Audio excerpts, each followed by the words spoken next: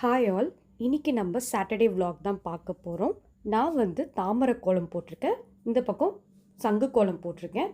தாமரை கோலம் வந்து மகாலட்சுமி தாயாருக்கும், சங்கு கோலம் வந்து பெருமாளுக்கும் போட்டிருக்கேன்.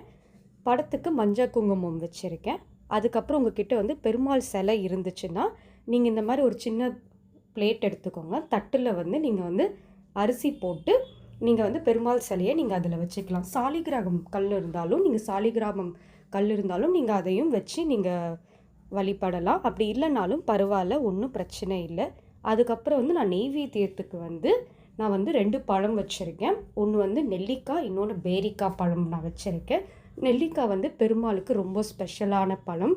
நீங்கள் நெல்லிக்காய் இருந்துச்சுன்னா மறக்காமல் எவ்ரி சாட்டர்டே நீங்கள் வச்சு அதை ப்ரே பண்ணுங்கள். நெல்லிக்காய் மரத்தோட இலை இருந்தாலும் ரொம்ப விசேஷமானது. அதுக்கப்புறம் உங்ககிட்ட மல்லிப்பூ இருந்தாலும் சரி, சாமந்தி பூ இருந்தாலும் சரி, துளசி மாலை இருந்தாலும் சரி, நான் வந்து என்கிட்ட இருந்த ரோஜா பூக்களை வச்சு நான் வந்து பெருமாள் படத்துக்கு அலங்கரிச்சிருக்கேன். அதுக்கப்புறம் வந்து வீட்டுக்கு வெளியில் நீங்கள் இந்த மாதிரி வந்து தண்ணியில் ரோஜா பூ போட்டு வச்சுக்கோங்க, ரொம்ப நல்லது.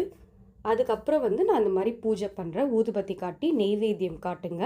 வீடு பூரா நெய்வேத்தியம் காட்டிட்டு அதுக்கப்புறம் வந்து நம்ம சாம்பிராணியும் காட்டலாம். இந்த மாதிரி எவ்ரி சனிக்கிழமையும் நீங்கள் இதை செய்யுங்க. எல்லா சாட்டர்டேயும் நீங்கள் மறக்காமல் இதை செய்யுங்க. அதுக்கப்புறம் வந்து நான் விநாயகரும் வச்சுருக்கேன். ஸோ நம்ம எல்லாத்துக்கும் ஸ்டார்டிங் பாயிண்ட் வந்து விநாயகர் தான். ஸோ நீங்கள் விநாயகரையும் வச்சு நீங்கள் வழிபடலாம்.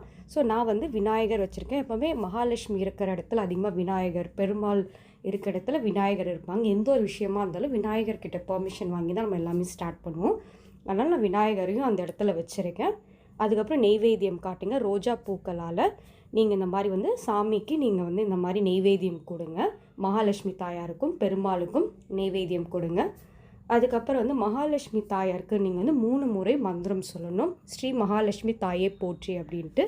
பெருமாளுக்கு வந்து நீங்கள் இன்னொரு மந்திரம் இருக்குது. பெருமாளுக்கு நீங்கள் வந்து ஸ்ரீ ராம ராம ராமேதி ரமே ராமே மனோரமே சகசரநாம தத்துல்யம் ராம நாம வரானனே அப்படின்னு சொல்லி 3 தடவை இந்த மந்திரத்தை சொல்லுங்கள். அதே மாதிரி மகாலட்சுமிக்கும் 3 தடவை மகாலட்சுமி மந்திரத்தை சொல்லி நீங்கள் உங்கள் வழிபாடை முடிச்சுக்கலாம். நன்றி, வணக்கம். மறக்காமல் என் சேனலை சப்ஸ்கிரைப் பண்ணிக்கோங்க.